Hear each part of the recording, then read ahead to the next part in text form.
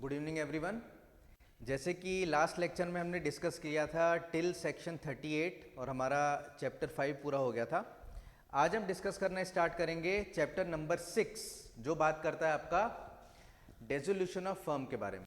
और section number 6 chapter number 6 आपका कहाँ से कहाँ तक कंटेन करता है? सेक्शन नंबर 39 से लेके सेक्शन नंबर 55। तो हमने इस चैप्टर को, चैप्टर नंबर 6 को दो पार्ट में डिवाइड किया है। आज हम उसका पार्ट 1 डिस्कस करेंगे जो बेसिकली बात करता है कि डिसोल्यूशन ऑफ पार्टनरशिप फर्म क्या होता है और उसके मोड्स ऑफ डिसोल्यूशन क्या क्या होते हैं। और कल हम या नेक्स्ट क्लास में हम इसके जो बाकी बचे हुए सेक्शंस हैं पार्ट 2 के अंदर डिस्कस करेंगे कि जब एक बार पार्टनरशिप फर्म डिसॉल्व हो जाती है तो उसके बाद में क्या प्रोसेस किया जाता है, मतलब process after dissolution of the partnership firm. तो चलिए हम स्टार्ट करते हैं। सेक्शन नंबर 39 ये बात करता है dissolution of a firm. The dissolution of a partnership firm between all the partners of a firm is called the dissolution of the firm. तो बेसिकली देखिए यहां मैं आपको दो चीजें बताने जा रहा हूं, दो कंसेप्ट बताने जा रहा हूं छोटे छोटे। एक तो आपका कहलाता है डिसोल्यूशन ऑफ पार्टनरशिप फर्म और एक आपका कहलाता है डिसोल्यूशन ऑफ पार्टनरशिप। ठीक है, एक है आपका डिसोल्यूशन ऑफ पार्टनरशिप और दूसरा है आपका डिसोल्यूशन ऑफ पार्टनरशिप फर्म। अब इन दोनों के अंदर क्या माइनर सा डिफरेंस है वो आप समझिए। डिसोल्यूशन ऑफ पार्टनरशिप फर्म का मतलब है कि जो बिजनेस कैरी कर रहे हैं सारे के सारे पार्टनर्स मिलके या पूरी फर्म जो बिजनेस कैरी कर रही है, जो सारे के सारे पार्टनर्स के बीच में एक पार्टनरशिप चल रही है, वो सब कुछ डिसॉल्व हो गया है, एकदम खत्म हो चुकी है सारी चीजें। अब उनका बिजनेस खत्म हो चुका है, कंटिन्यूएशन ऑफ बिजनेस नहीं रहेगा और पूरी की पूरी फर्म डिसॉल्व कर दी गई है। क्लियर?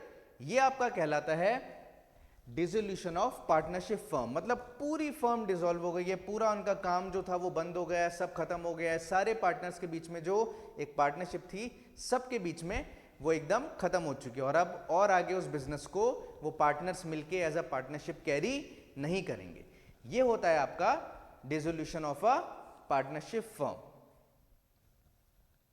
यानी कि फर्म बंद हो चुकी है, परमानेंटली क्लोज हो चुकी है। और एक होता है आपका डिसोल्यूशन ऑफ पार्टनरशिप। तो डिसोल्यूशन ऑफ पार्टनरशिप का मतलब है कि यहां पे जरूरी नहीं है कि आपकी फर्म परमानेंटली बंद हो जाएगी, फर्म क्लोज हो जाएगी या जो बिजनेस वो फर्म कंडक्ट कर रही है वो बिजनेस आपका परमानेंटली बंद हो जाएगा, ये जरूरी नहीं है।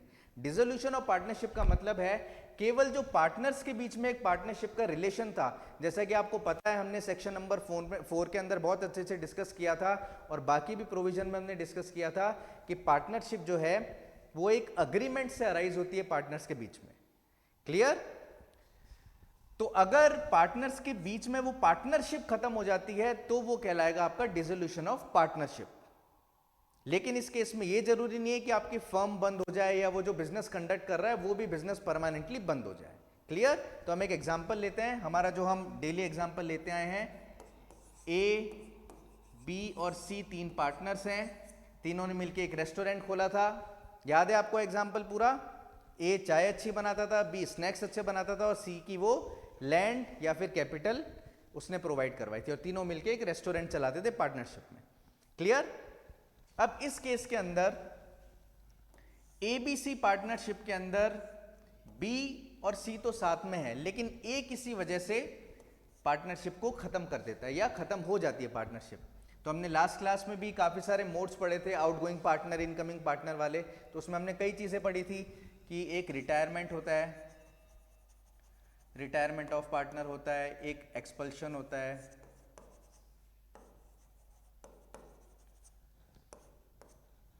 Death of partner and so on. Clear?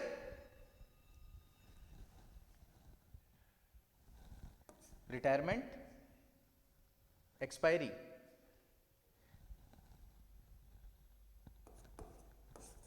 Retirement की स्पेलिंग RETIREMENT, वो लिखते हुए थोड़ा सा, ठीक है? क्लियर है आपको? रिटायरमेंट, एक्सपल्शन, डेथ या सो ऑन जो इसके रीजन थे, उस वजह से कोई भी पार्टनर पार्टनरशिप से अलग जा सकता है। तो इस केस के अंदर अगर ए मान लीजिए रिटायर हो जाता है या उसको निकाल दिया जाता है या फॉर एग्जांपल उसकी डेथ ही हो जाती है, लेकिन बी और सी पार्टनरशिप को खत्म नहीं करते, रेस्टोरेंट को परमानेंटली बंद नहीं करते, और वो ये डिसाइड करते हैं कि कोई बात नहीं, हमारे साथी की डेथ हो गई है, पार्टनरशिप खत्म हो गई है, लेकिन हम अपना रेस्टोरेंट आगे दोनों मिलके चलाएंगे, और वो रेस्टोरेंट के बिजनेस को ए और बी मिलके आगे कैरी फॉरवर्ड करते हैं, सेम काम चलता रहता है। और थोड़े टाइम बाद मान लो उनके साथ डी नाम का एक पर्सन आके जुड़ जाता है, तो ये इनकमिंग पार्टनर हो जाएगा और चलती रहेगी इनकी फर्म। मतलब यहां पे बी, सी और ए की तीनों की जो पार्टनरशिप थी, केवल वो पार्टनरशिप खत्म हुई है क्योंकि ए की डेथ हो गई है, लेकिन जो एबीसी पार्टनरशिप फर्म थी वो अभी भी कंटिन्यू चल रही है। तो ये आपका एग्जांपल होगा dissolution of partnership but not the dissolution of the partnership firm. Clear? लेकिन मान लीजिए कि सारे के सारे पार्टनर मिलकर डिसाइड करते हैं कि हम सब जा रहे हैं, सब छोड़ रहे हैं, हमें तो अपना धंधा ही बंद करना है, for what ever be the reasons. तो अगर वो सारे अपनी पार्टनरशिप खत्म कर देते हैं, आपस के अंदर सब कुछ खत्म हो जाता है, फर्म बंद हो जाती है, तो वो कहलाएगा dissolution of the partnership firm. Clear? चीज समझ आई आप सब लोगों को?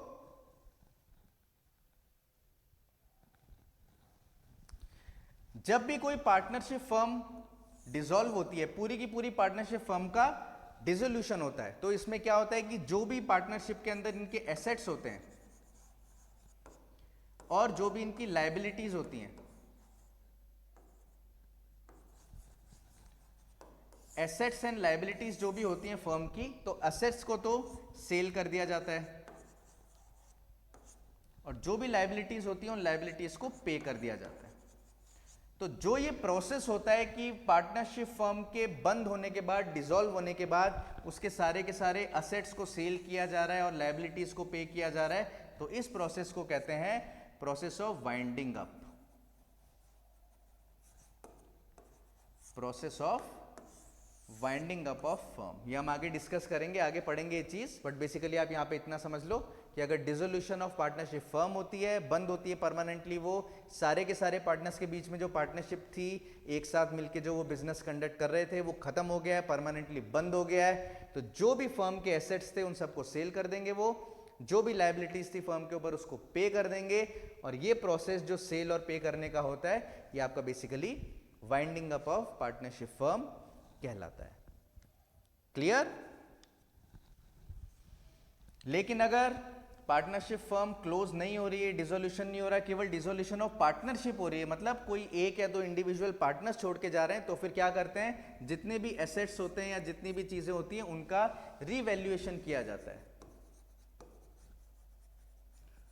उन सबका रीवैल्यूएशन किया जाता है, और रीवैल्यूएशन करने के बाद जो पार्टनर जा रहा है उसको कोई पैसे देने होते हैं जो बकाया होते हैं, या उसके ऊपर कोई पैसे बाकी होते हैं जो वो पे करेगा, तो वो सारी चीजें कैलकुलेट करके, रिवैल्यूएशन करके, और उन अकाउंट्स को, उन चीजों को सेटल किया जाता है। क्लियर? सिर्फ उस पार्टनर के रिस्पेक्ट में जिसकी पार्टनरशिप खत्म हो रही है, जो छोड़ के जा रहा है by any reason, death, retirement, expulsion, कुछ भी। तो ये आपका एक छोटा सा बेसिक डिफरेंस था between dissolution of partnership and dissolution of partnership firm. तो आई होप आपको ये चीज समझ आ गई होगी अच्छे से। क्लियर? नेक्स्ट चलते हैं हम अपने अगले सेक्शन की तरफ। ये हमने रीड कर लिया था, the dissolution of partnership between all the partners of the firm is called dissolution of firm. तो जब सारे के सारे पार्टनर्स के बीच में कोई पार्टनरशिप नहीं बची, सब पार्टनरशिप डिसॉल्व हो गई और वो फर्म बंद हो गई, कुछ नहीं बचा, बिजनेस सब बंद हो गया परमानेंटली, तो वो आपका कहलाएगा dissolution of the partnership firm. Clear? ये इसका एग्जांपल है, ये आप देख सकते हैं। अब हम बात करते हैं, डिसोल्यूशन तो हमने समझ लिया क्या होता है, अब हम बात करते हैं कि मोड्स ऑफ डिसोल्यूशन क्या होता है, मतलब किस किस तरीके से किसी पार्टनरशिप फर्म को डिसॉल्व किया जा सकता है। तो देखिए, बेसिकली मोटे तौर पे इसके दो तरीके होते हैं, दो मोड्स होते हैं फर्म को डिसॉल्व करने के। पहला तरीका होता है जिसके अंदर कोर्ट का इंटरवेंशन रिक्वायर्ड नहीं होता, कोर्ट के दखल की, कोर्ट के इंटरफेयर करने की कोई भी रिक्वायरमेंट नहीं होती, इसके कुछ मोड्स हैं। और दूसरा एक मोड होता है जिसके अंदर कोर्ट्स इंटरवेंशन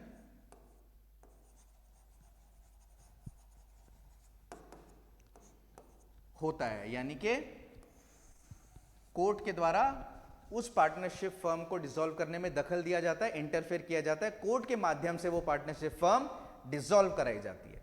तो आपको समझ आया, एक तो है जिसमें कोर्ट का कोई इंटरफेरेंस नहीं होता, कोर्ट का कोई काम नहीं होता उसके अंदर, ऐसा मोड है। और दूसरा मोड है जिसके अंदर कोर्ट का इंटरफेरेंस होता है, कोर्ट के दखल से या कोर्ट के आदेश के द्वारा वो पार्टनरशिप फर्म डिसॉल्व कराई जाती है। क्लियर? तो सबसे पहले हम पढ़ते हैं ऐसे modes of dissolution of partnership firm जिसके अंदर कोर्ट के इंटरफेयर करने की, इंटरवेंशन की कोई रिक्वायरमेंट नहीं है। तो ऐसे कौन कौन से मोड्स हैं हम देखते हैं। सबसे पहला आता है इसके अंदर सेक्शन 40 के अंदर आपका डिसोल्यूशन बाय अग्रीमेंट। अग्रीमेंट के द्वारा अगर पार्टनरशिप फर्म को डिसॉल्व किया जाता है तो वो कहलाता है आपका डिसोल्यूशन बाय अग्रीमेंट, जो आता है आपका सेक्शन नंबर 40 के अंदर। क्लियर? तो इसको हम डिस्कस करते हैं। अ फर्म में बी डिसॉल्व्ड किस किस तरीके से, with the consent of all the partners, सारे के सारे पार्टनर्स की कंसेंट से, और in accordance with the contract between the partners. तो देखिए बाय अग्रीमेंट किस तरीके से डिसॉल्व की जा सकती है पार्टनरशिप फर्म, या तो सारे के सारे पार्टनर्स की कंसेंट लेके, कि सारे के सारे पार्टनर कंसेंट दे दे कि हाँ चलो बंद कर देते हैं अपन बिजनेस को, अपनी फर्म को बंद कर देते हैं, डिसॉल्व कर देते हैं, सब अग्री हैं, सब कंसेंट दे रहे हैं, तो उस कंसेंट के साथ वो पार्टनरशिप फर्म डिसॉल्व हो जाएगी। क्लियर? दूसरी, in accordance with the contract between the partners, मतलब पार्टनर्स ने स्टार्टिंग में जब पार्टनरशिप फर्म बनाई थी तो एक कॉन्ट्रैक्ट बनाया था कि अगर ऐसा ऐसा कुछ होगा तो हम फर्म बंद कर देंगे या डिसॉल्व कर देंगे, या फिर इतने समय के बाद हम अपनी फर्म को बंद कर देंगे, डिसॉल्व कर देंगे, या ये जो हमने अंडरटेकिंग या एडवेंचर कैरी आउट किया है ये पूरा हो जाएगा तो हम फर्म को डिसॉल्व कर देंगे, बंद कर देंगे। तो ऐसा अगर उन्होंने स्पेसिफिकली अपने अग्रीमेंट में या कॉन्ट्रैक्ट में लिखा था जो उन्होंने पार्टनरशिप के टाइम बनाया था, तो उसको फॉलो करते हुए अगर वो डिसोल्यूशन करते हैं पार्टनरशिप फर्म का, तो वो कहलाएगा आपका dissolution of firm bye agreement. Clear? तो इसमें क्या हमने दो चीजें पढ़ी dissolution of firm bye agreement में। पहला कि सारे के सारे पार्टनर कंसेंट दे दें अपनी कि चलो अपनी फर्म को बंद कर देते हैं, उसको डिसॉल्व कर देते हैं। और दूसरा, जो कॉन्ट्रैक्ट के अंदर पार्टनर्स ने लिखा हुआ है डिसोल्यूशन के बारे में कि इतने समय के बाद कर देंगे या ये सिचुएशन आई तो कर देंगे, तो उसके अकॉर्डिंग अगर वो करते हैं तो भी वो आपका dissolution of partnership by agreement माना जाएगा। Clear? I hope this is clear. Simple सा कंसेप्ट है। ये आपका एग्जाम्पल लिखा हुआ है, ये थोड़ा सा आपका एक्सप्लेन करके लिखा हुआ है, आप देख सकते हैं इसको, लेकिन सिंपल सा प्रोविजन है। अब हम 40 के बाद एक बार डिस्कस करते हैं सेक्शन नंबर 43, क्योंकि 43 से थोड़ा सा कनेक्टेड है, ये हम पहले डिस्कस कर रहे हैं। ठीक है?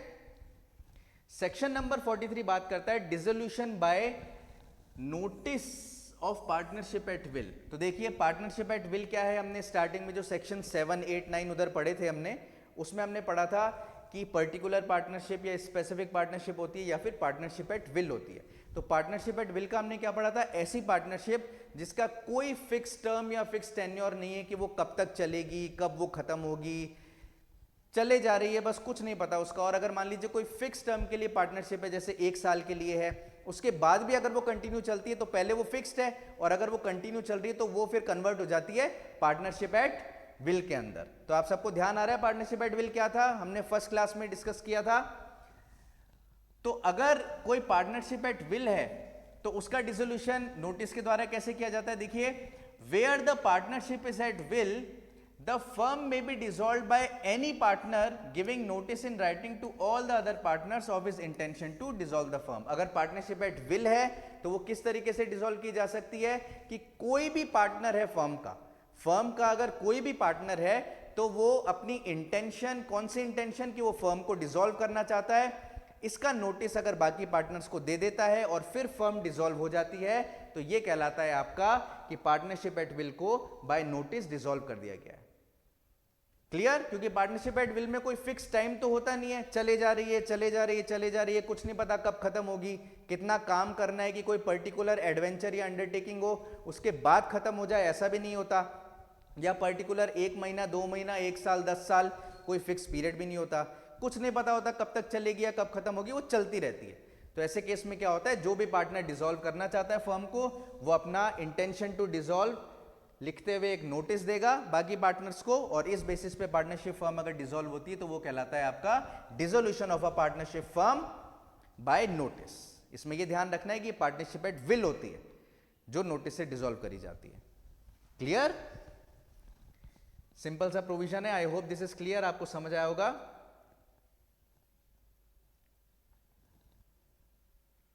नेक्स्ट देखिए, इसमें एक और चीज लिखी हुई है, firm is dissolve from the date mentioned in the notice as the date of dissolution, but if no date is mentioned from the date of the communication of such notice. तो ये सीधी सी बात बताई गई है आपको कि कब माना जाएगा कि वो फर्म डिसॉल्व हुई है, यानी उसकी डेट ऑफ डिसोल्यूशन क्या मानी जाएगी।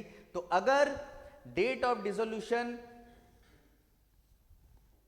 नोटिस के अंदर मेंशन्ड है तो वो डेट मान ली जाएगी, अगर स्पेसिफिकली नोटिस के अंदर लिखी है। और अगर नोटिस के अंदर नहीं लिखी है ऐसी कोई भी डेट, तो कौन सी डेट मानी जाएगी, जिस दिन वो नोटिस कम्युनिकेट किया गया है। तो जो उसके कम्युनिकेशन की डेट है वो आपकी date of dissolution of partnership firm मान ली जाएगी। क्लियर?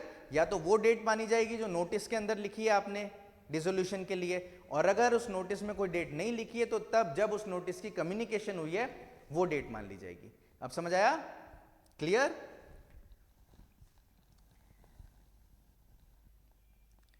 नेक्स्ट हम चलते हैं सेक्शन नंबर 41 जो आपका बात करता है कंपलसरी डिसोल्यूशन। मतलब कुछ ऐसी चीजें अगर वो हो जाती हैं तो फिर कंपलसरीली आपकी फर्म डिसॉल्व हो जाएगी। ठीक है? कौन कौन सी चीजें हम देखते हैं। पहला, a firm is dissolved by the adjudication of all the partners, और यहां ध्यान दीजिएगा, ऑल द पार्टनर्स और all the partners but one as insolvent. ठीक है? तो अगर कोई भी पार्टनरशिप फर्म ऐसी है जिसके सारे के सारे पार्टनर्स को इंसॉल्वेंट घोषित कर दिया जाता है, जैसे ए, बी, सी और डी, इन चारों ने मिलकर पार्टनरशिप में रेस्टोरेंट खोला था, मतलब ए बी सी ने खोला था, फिर डी भी आ गया था उसमें, तो इन चारों की पार्टनरशिप फर्म है रेस्टोरेंट की ए बी सी डी की, है ना। तो अगर मान लीजिए ए बी सी और डी ये चारों के चारों पार्टनर्स डिक्लेयर कर दिए जाते हैं, एडजुडिकेट कर दिए जाते हैं कोर्ट के द्वारा कि ये इंसॉल्वेंट हो चुके हैं, तो पार्टनरशिप फर्म कंपलसरी है, कंपलसरीली वो डिसॉल्व हो जाएगी। या फिर ऑल पार्टनर्स एक्सेप्ट वन, इसका मतलब कि ए को डिक्लेयर कर दिया इंसॉल्वेंट, बी को डिक्लेयर कर दिया इंसॉल्वेंट और सी को भी डिक्लेयर कर दिया, ये अकेला बेचारा बचा है जिसको डिक्लेयर नहीं किया इंसॉल्वेंट, बाकी इन तीनों को कर दिया। या फिर 10 पार्टनर है तो 10 में से 9 को कर दिया, एक 10वें पार्टनर को नहीं किया, तो उस केस में भी फर्म डिसॉल्व हो जाएगी। क्या रीजन है? क्योंकि आपको पता है पार्टनरशिप एसोसिएशन ऑफ पर्सन है, उसके अंदर मिनिमम आपको 2 लोग चाहिए ही चाहिए। तो एक अकेला बच गया जो इंसॉल्वेंट डिक्लेयर नहीं हुआ, बाकी सारे हो गए, तो वो अकेला पार्टनरशिप फर्म तो कहलाएगा नहीं, मिनिमम 2 चाहिए ना। तो इसलिए या तो सारे के सारे इंसॉल्वेंट डिक्लेयर हो जाए, एडजुडिकेट हो जाए, या फिर ऑल एक्सेप्ट वन डिक्लेयर हो जाए। ठीक है? अब आप लोग आपका बेयर एक्ट देखिए तो आप उसमें एक चीज देखेंगे कि ये सेक्शन 41 का जो ये वाला क्लॉज है, हमने अभी भी डिस्कस किया, इसको बेसिकली ओमिट कर दिया गया है 2016 के एक अमेंडमेंट से। लेकिन उसमें साथ में एक चीज और लिखी हुई है, ओमिट कर दिया गया है, लेकिन ये कब से एनफोर्स किया जाएगा या एनफोर्स हुआ है नहीं, वो अभी तक डेट क्लियर नहीं है। तो इसलिए जब तक वो एनफोर्समेंट की डेट नहीं आती तो ये अभी तक हमारा क्लॉज चल रहा है साथ में। क्लियर? तो इसलिए आप इस चीज को ध्यान रखेंगे। डन? नेक्स्ट देखिए सेकेंड पॉइंट 41 के अंदर ही, by the happening of any event which makes it unlawful for the business of the firm to be carried on or for the partners to carry it on in the partnership. तो देखिए इसको समझिए आप थोड़ा सा, ये क्या कहना चाह रहा है। पहला समझ आया आपको इंसॉल्वेंसी वाला कि सारे के सारे पार्टनर या all except one insolvent declare या एडजुडिकेट हो जाते हैं कोर्ट के द्वारा, तो आपका कंपलसरीली वो पार्टनरशिप फर्म जो है वो डिसॉल्व हो ही जाएगी। ठीक है? दूसरा ये है कि ऐसी कोई सिचुएशन या सर्कमस्टेंसेस आती हैं जब पार्टनरशिप फर्म जो भी बिजनेस कैरी आउट कर रही है या जो भी काम कर रही है उसको अनलॉफुल या इलीगल डिक्लेयर कर दिया जाए। ठीक है? फॉर एग्जाम्पल देखिए, जैसे मैं रेस्टोरेंट का एग्जाम्पल लूंगा, ए बी और सी अपना बढ़िया रेस्टोरेंट चला रहे थे, पार्टनरशिप में थे तीनों, बढ़िया अपना रेस्टोरेंट चला रहे थे। अब क्या हुआ, सरकार का, गवर्नमेंट का कोई आदेश आता है, कोई नया कानून पारित होता है जिसमें यह कहा जाता है कि अब से, या मान लीजिए 1 अप्रैल 2025, 1 अप्रैल 2025 से क्या चीज लागू होगी कि कोई भी रेस्टोरेंट वाला अपने रेस्टोरेंट के अंदर समोसा नहीं बेचेगा। समोसा बेचना इलीगल डिक्लेयर किया जाता है, ऐसा कोई कानून पारित हो जाता है। फॉर एग्जाम्पल, फनी सी बात है लेकिन आप इसको ऐसे समझिए, ऐसा कोई कानून पारित हो जाता है कि समोसा बेचना आपका इलीगल डिक्लेयर हो जाता है। ठीक है, अब इनका क्या था, ये जो बी पर्सन था ये तो एक्सपर्ट था स्नैक्स बनाने में, समोसा वगैरह बेचने में ना, लेकिन अब समोसा बेचना इलीगल डिक्लेयर हो गया। क्लियर? तो इसके अंदर अगर कोई पार्टनरशिप फर्म ऐसी है जो सिर्फ ऐसा काम कर रही है कि उसका पूरा का पूरा बिजनेस इलीगल डिक्लेयर हो जाए, तो वो पार्टनरशिप फर्म डिसॉल्व हो जाएगी। लेकिन इसमें आगे एक और बात बोली गई है कि अगर ऐसा कोई अंडरटेकिंग या एडवेंचर है जो सेपरेबल है, जो सेपरेट किया जा सकता है, तो उसके अंदर अगर आप उसे अलग कर देते हो तो आपकी पार्टनरशिप फर्म डिसॉल्व नहीं होगी। फॉर एग्जाम्पल, इधर समझिए, यहां पे कानून क्या पास हुआ है कि समोसा बेचना इलीगल डिक्लेयर हुआ है। ठीक है, तो ये तीनों पार्टनर्स डिसाइड करते हैं कि यार हमारा बिजनेस केवल समोसे का थोड़ी है, समोसा नहीं बेचेंगे, कचौरी बेच लेंगे या फिर भजिए बेच लेंगे, जो भी होता है, चाय बेच लेंगे, कोई और तरीके के स्नैक्स, खाखरा, फाफड़ा जो भी आता है वो बेच लेंगे। समोसा ही तो इलीगल डिक्लेयर हुआ है, तो समोसा आज से बनाना बंद, बेचना भी बंद। तो ये सेपरेबल है, समोसे को हटा देंगे, बाकी सारी चीजें ये कंटिन्यू रखेंगे। तो ये एडवेंचर या अंडरटेकिंग जो सेपरेट किया जा सकता है, तब पार्टनरशिप फर्म आपकी डिसॉल्व नहीं होगी। ठीक है, लेकिन मान लीजिए ये ए, बी और सी तीनों मिलकर एक पार्टनरशिप फर्म चलाते हैं फॉर एग्जांपल, और पार्टनरशिप फर्म में एक केमिकल एक्स नाम का प्रोड्यूस करते हैं ये तीनों मिलके। ठीक है, अब गवर्नमेंट कहती है for what ever be the reasons, chemical x जो है इसका प्रोडक्शन, सेल वगैरह जो कुछ भी है आज से इलीगल डिक्लेयर करी जाती है, अनलॉफुल डिक्लेयर करी जाती है। अब इन तीनों की जो पार्टनरशिप फर्म था उसका काम सिर्फ और सिर्फ था केमिकल एक्स प्रोड्यूस करना, अब वही इलीगल डिक्लेयर हो गई। तो इस केस में क्या होगा, इनकी पार्टनरशिप जो है वो कंपल्सरली डिसॉल्व हो जाएगी। क्लियर? समझ आई चीज आपको?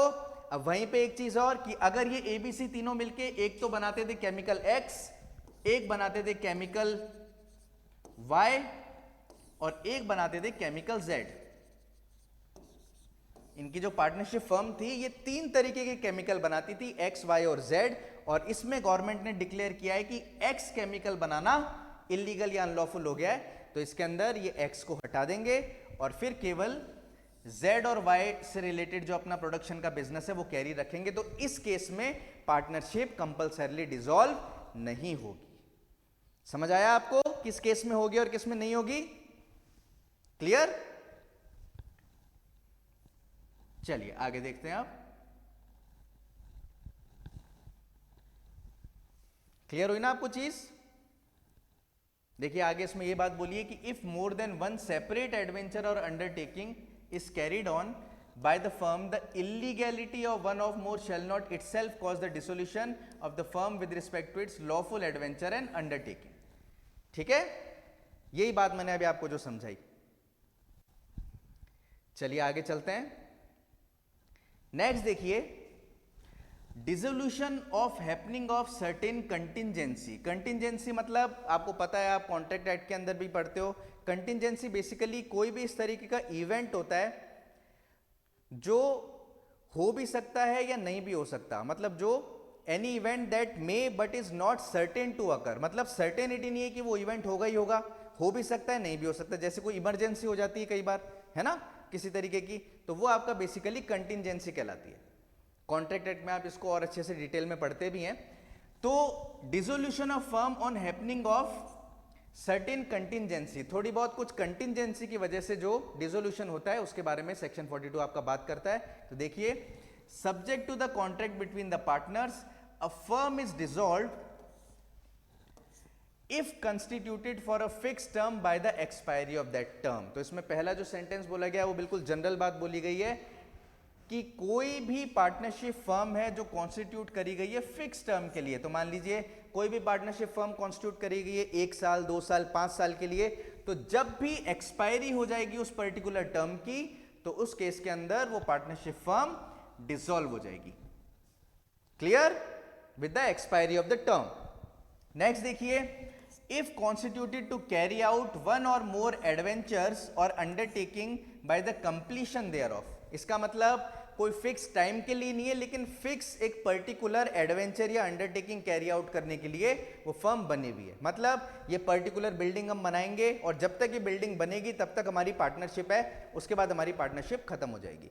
या ये पर्टिकुलर मकान बनाएंगे, रोड बनाएंगे, कुछ भी व्हाटसोएवर, जब ये चीज कंप्लीट हो जाएगी इसका काम, तब हमारी पार्टनरशिप अपने आप खत्म हो जाएगी। ठीक है, तो इसमें टाइम नहीं होता, लेकिन जब वो अंडरटेकिंग या फिर वो एडवेंचर जो है वो कंप्लीट हो जाता है तो वो पार्टनरशिप डिसॉल्व हो जाती है। तो दूसरा तरीका है डिसोल्यूशन, कि अगर वो किसी पर्टिकुलर एडवेंचर अंडरटेकिंग के लिए तो उसके कंप्लीट होते ही, है ना। पहला वाला टाइम का था जब ड्यूरेशन खत्म हो जाती है, एक्सपायरी ऑफ द टर्म, और दूसरा है आपका पर्टिकुलर एडवेंचर या अंडरटेकिंग।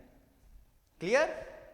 तीसरा देखिए, तीसरा है आपका by the death of a partner. अगर किसी पार्टनर की डेथ हो जाती है तो भी आपकी फर्म डिसॉल्व हो सकती है। लेकिन अगर स्टार्टिंग में देखिए, subject to the contract between the partners, मतलब अगर पार्टनर्स ने कोई कॉन्ट्रैक्ट कर रखा हो कि नहीं किसी की डेथ हो जाएगी उसके बाद भी हम कंटिन्यू रखेंगे, है ना, इस तरीके का कुछ कॉन्ट्रैक्ट है तो वो प्रिवेल करेगा। लेकिन नहीं तो अगर किसी पार्टनर की डेथ होती है तो आपकी पार्टनरशिप फर्म डिसॉल्व करी जा सकती है। क्लियर?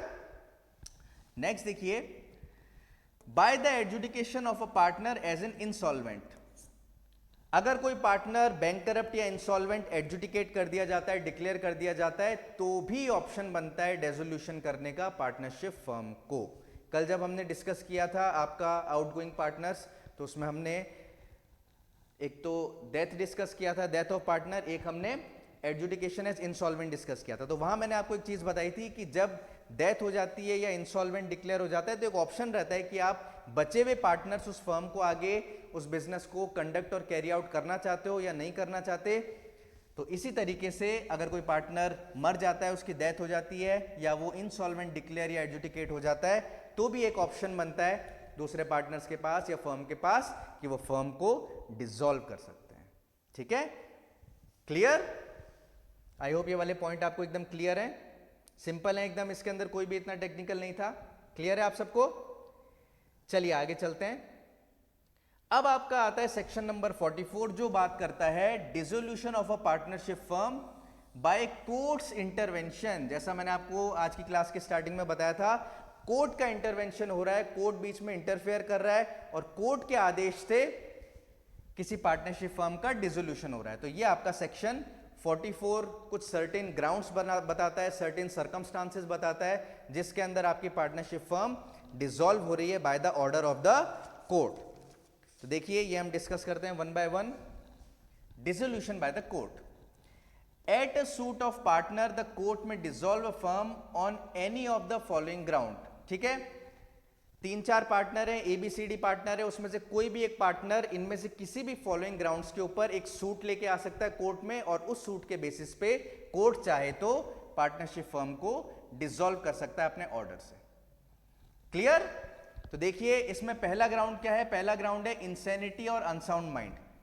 अगर कोई भी पार्टनर, फॉर एग्जाम्पल हम यहीं पे लेके चलते हैं हमारा A, B, C और D, ठीक है, तो मान लीजिए C जो पार्टनर है वो किसी वजह से इंसेन हो गया या अनसाउंड माइंड का हो गया, और इस तरीके से इंसेन और अनसाउंड माइंड का हो गया है कि अब वो फर्म का जो ऑर्डिनरी बिजनेस कैरी आउट करना है या बिजनेस कंडक्ट करना है, नॉर्मल फर्म का काम करना है, वो कोई भी चीज अब ढंग से नहीं कर पा रहा अपनी इंसेनिटी और अनसाउंडनेस ऑफ माइंड की वजह से। फर्म का काम ही नहीं कर पा रहा अब अच्छे से, जो पहले ठीक ठाक करता था। तो इस केस के अंदर B, C या D कोई भी एक पार्टनर कोर्ट के अंदर सूट लेके आ सकते हैं, सूट फाइल कर सकते हैं और कोर्ट से रिक्वेस्ट कर सकते हैं कि क्योंकि हमारा पार्टनर C इंसेन हो गया है, अनसाउंडनेस ऑफ माइंड का हो गया है और ढंग से हमारे फर्म के काम वगैरह कुछ कर नहीं पा रहा, बिजनेस वगैरह कुछ कर नहीं पा रहा, तो कोर्ट से ये रिक्वेस्ट करी जाती है कि आप एक आदेश दो कि पार्टनरशिप फर्म को डिसॉल्व कर दिया जाए। क्लियर? तो इस तरीके से अगर कोई पार्टनर इनसेन या अनसाउंड हो जाता है तो कोई भी दूसरा partner who is Sen end of sound mind वो एक सूट ला सकता है कोर्ट में और डिसॉल्व करा सकता है पार्टनरशिप को। क्लियर? नेक्स्ट देखिए, परमानेंट इनकैपेसिटी। अगर किसी भी पार्टनर को कुछ इस तरीके की परमानेंट इनकैपेसिटी हो जाती है, इनकेपेबिलिटी हो जाती है कि अब वो केपेबल ही नहीं है, बिल्कुल वो कर ही नहीं सकता फर्म का कोई भी काम, किसी भी काम में वो हाथ नहीं बटा सकता, तो इस केस के अंदर भी दूसरा कोई भी पार्टनर कोर्ट के अंदर सूट लाके और आपकी पार्टनरशिप फर्म को डिसॉल्व करने के लिए रिक्वेस्ट कर सकता है और कोर्ट से आदेश देने को रिक्वेस्ट कर सकता है कि हमारी फर्म डिसॉल्व करवाओ। तो मान लीजिए किसी का कोई ऐसा एक्सीडेंट हो गया कि वो बिल्कुल ही बेड पे आ गया है, वो बिल्कुल हिल डुल नहीं सकता, कुछ काम नहीं कर सकता, या फिर किसी को पैरालिटिक अटैक आ गया, वो बिल्कुल एकदम व्हील चेयर पे आ गया और अब वो बिल्कुल हिल ही नहीं सकता, बोल भी नहीं सकता, बिल्कुल ऐसा हो गया। वो जैसे आपने मुन्ना भाई MBBS मूवी देखी होगी सबने, उसके अंदर जो आनंद भाई एक कैरेक्टर था जो व्हील चेयर पे बैठे रहते थे और कभी कभी बस आंखें झपकाते थे, तो वो जिंदा थे लेकिन ऐसी डिजीज की वजह से वो इस तरीके से हो गए थे। तो ऐसे ही अगर किसी भी सर्कमस्टांसिस की वजह से, किसी भी रीजन की वजह से कोई पार्टनर परमानेंटली इनकेपेबल हो जाता है, परमानेंट उसमें इनकेपेसिटी कुछ भी आ जाती है कि अब वो फर्म का कोई भी काम या बिजनेस कंडक्ट नहीं कर सकता, तो कोई भी दूसरा पार्टनर फर्म का कोर्ट में जाके एक सूट फाइल कर सकता है और कोर्ट को रिक्वेस्ट कर सकता है कि आप आदेश दो कि हम अपनी पार्टनरशिप फर्म को due to the reason of permanent incapacity of any partner dissolve कर सके हमारी partnership firm. Clear? Next reason, if any of the partner is guilty of any misconduct. अगर कोई भी पार्टनर फर्म का किसी मिसकंडक्ट के लिए गिल्टी हो जाता है तो भी एक ग्राउंड बनता है कि दूसरा कोई भी पार्टनर कोर्ट के अंदर जाके एक सूट फाइल कर सकता है और फर्म को डिसॉल्व करने का आदेश लेके आ सकता है। अब इसके अंदर मिसकंडक्ट क्या होता है, मिसकंडक्ट से आप क्या समझते हैं? तो देखिए मिसकंडक्ट, जैसे मैं आपको एक दो एग्जांपल दूं। पहला एग्जांपल, अकाउंट्स जो होते हैं आपके फर्म के, उससे मान लीजिए कोई पार्टनर छेड़छाड़ कर रहा है। फॉर एग्जांपल ए, बी और सी तीनों रेस्टोरेंट चला रहे थे। सी के पास जिम्मेदारी थी कि वो अपने कैश काउंटर पे बैठे, गल्ले पे बैठे, है ना। तो उसमें वो क्या कर रहा था कि मान लीजिए डेली की जो सेल हो रही थी चाय की, स्नैक्स की या और चीजों की, जो कस्टमर्स आ रहे थे, तो फॉर एग्जांपल डेली की सेल हो रही थी उनकी 10,000 रुपए की। क्लियर? तो 10,000 का मतलब है कि जो कैश काउंटर में कैश मिलना चाहिए वो 10,000 मिलना चाहिए, राइट। लेकिन सी जो कि कैश काउंटर पे बैठा था वो अकाउंट्स में और इन सब चीजों में गड़बड़ करता है और वो क्या करता है, जो पर्चियां काटता है, जो स्लिप काटता है, जो रिकॉर्ड में चीजें आती हैं वो काटता है केवल 8,000 की,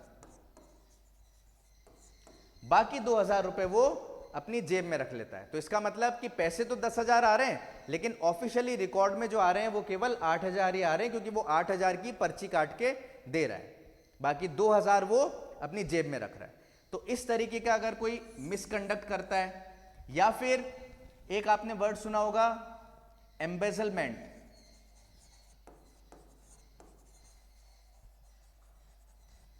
जिसको हिंदी में गबन कहते हैं, गबन।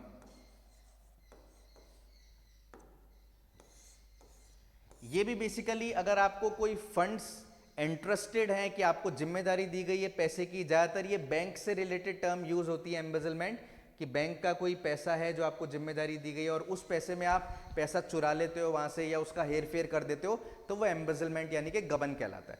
तो कोई भी पार्टनर ऐसा कोई मिसकंडक्ट करता है जो पैसे का गबन करता है या किसी भी दूसरी तरीके का मिसकंडक्ट अगर उसने किया है और उसका वो गिल्टी साबित हुआ है, तो ये भी एक ग्राउंड बनता है कि कोई भी दूसरा पार्टनर कोर्ट में जाए और कोर्ट में जाके कोर्ट से आदेश लेके आए कि due to the misconduct of one of the partners, जो कि गिल्टी हो गया मिसकंडक्ट के लिए, डिसोल्यूशन ऑफ फर्म का आदेश आप दीजिए। इस तरीके से भी कोर्ट के द्वारा डिसोल्यूशन किया जा सकता है पार्टनरशिप फर्म का। क्लियर? नेक्स्ट देखिए परसिस्टेंट, जिसका मतलब होता है कंटिन्यूअस, परसिस्टेंट का मतलब होता है continuous breach of agreement. Breach of agreement का क्या मतलब है? जो अग्रीमेंट पार्टनर्स के बीच में पार्टनरशिप का अग्रीमेंट हुआ है, उस अग्रीमेंट में जो जो चीजें लिखी हुई हैं, अगर उसकी कोई टर्म्स एंड कंडीशन का कोई भी पार्टनर ब्रीच करता है तो ये कहलाता है। और ब्रीच भी कैसा करता है? बार बार ब्रीच करता है, ऐसे नहीं कि एक बार ब्रीच हो गया, बार बार वो ब्रीच कर रहा है, तो ये आपका कहलाता है परसिस्टेंट या कंटिन्यूअस ब्रीच ऑफ अग्रीमेंट। समझ आया आपको?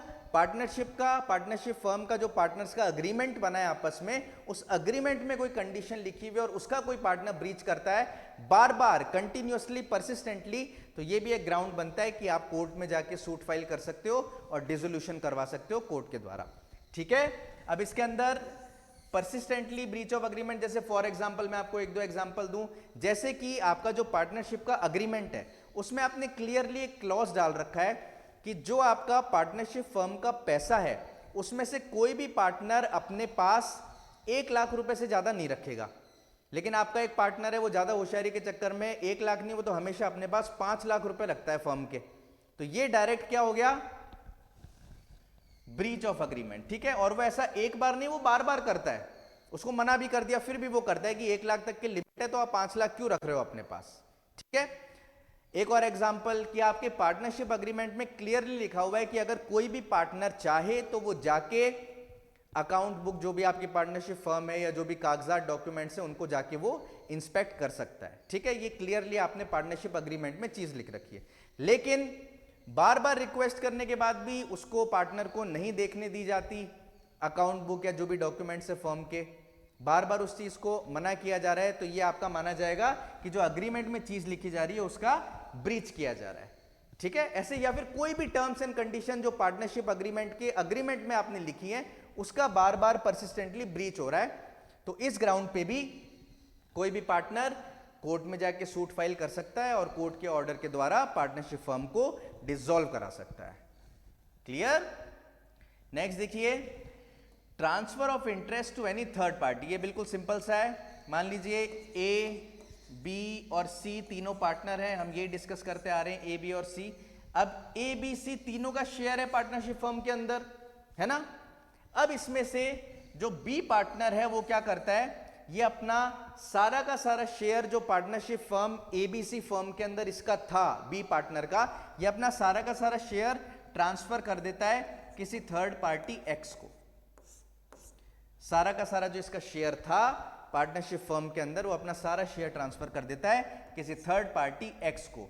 तो इस केस के अंदर भी कोई भी पार्टनर अदर देन बी, मतलब बी तो ट्रांसफर कर रहा है अपना शेयर, तो कोई भी पार्टनर ए या बी ये ग्राउंड लेते हुए कि हमारा जो एक पार्टनर था उसने अपना सारा का सारा जो इंटरेस्ट था उसका पार्टनरशिप फर्म में वो किसी थर्ड पार्टी को ट्रांसफर कर दिया है, इसलिए पार्टनरशिप फर्म को डिसॉल्व किया जाए, तो वो कोर्ट में सूट फाइल कर सकता है और कोर्ट अपने आदेश के द्वारा उस पार्टनरशिप फर्म को डिसॉल्व कर सकते हैं। क्लियर? नेक्स्ट देखिए एक और ground, certainty of losses. Certainty of losses मतलब ऐसे किसी पार्टनरशिप अग्रीमेंट में या पार्टनरशिप में कोई ऐसा बिजनेस करने के लिए पार्टनर्स करते हैं अग्रीमेंट या पार्टनरशिप फर्म बनाई जाती है किसी बिजनेस को कंडक्ट करने के लिए जिसमें सर्टेनिटी है, श्योरिटी है कि लॉस होना तय है, फायदे का काम ही नहीं है, सिर्फ लॉस ही लॉस होगा इसके अंदर। जैसे फॉर एग्जांपल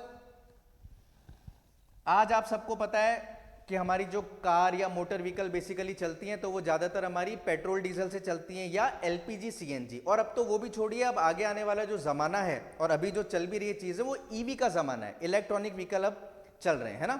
तो 3-4 पार्टनर मिलकर एक पार्टनरशिप फर्म बनाते हैं जिसके अंदर वो क्या अग्रीमेंट करते हैं कि आज के जमाने में जब ईवी का जमाना चल रहा है और आगे आने वाला है, हम लोग बैलगाड़ी बनाएंगे और बैलगाड़ी बना के हम लोग मार्केट में बेचेंगे जो आपकी कंपीट करेगी, जो आपकी ईवी कार्स आ रही हैं या दूसरी जो कार्स हैं उनके साथ हम बैलगाड़ी बनाएंगे। तो जो पार्टनर्स हैं जैसे एबीसी, ये तीनों पार्टनर हैं, इन्होंने मिलके बोला कि हम पार्टनरशिप अग्रीमेंट बनाते हैं, फर्म बनाते हैं बैलगाड़ी बनाने का। अब इसमें पता है, सर्टेनिटी है कि लॉस ही लॉस होगा, कौन खरीदेगा बैलगाड़ी आज के जमाने में, और उसकी भी प्राइस उन्होंने बहुत हाई रख रखी है ना? तो ऐसा कोई भी रीजन जिसके अंदर सर्टेनिटी हो, श्योरिटी हो लॉस होने की, किसी भी रीजन की वजह से कि आप सेम आइटम बना रहे हो जो दूसरी फर्म या कंपनी बना रही है और सेम चीज का आप पैसा उससे 2 गुना 3 गुना ज्यादा रख रहे हो, तो आपको पता है कि मार्केट में हमारी चीज नहीं चलने वाली, हमें लॉस की सर्टेनिटी है यहाँ पे। तो अगर ऐसी कोई पार्टनरशिप फर्म बनती है जिसमें लॉस की सर्टेनिटी हो तो ये भी एक ग्राउंड बनता है कि आप अपनी पार्टनरशिप फर्म को डिसॉल्व कर सकते हो। क्लियर?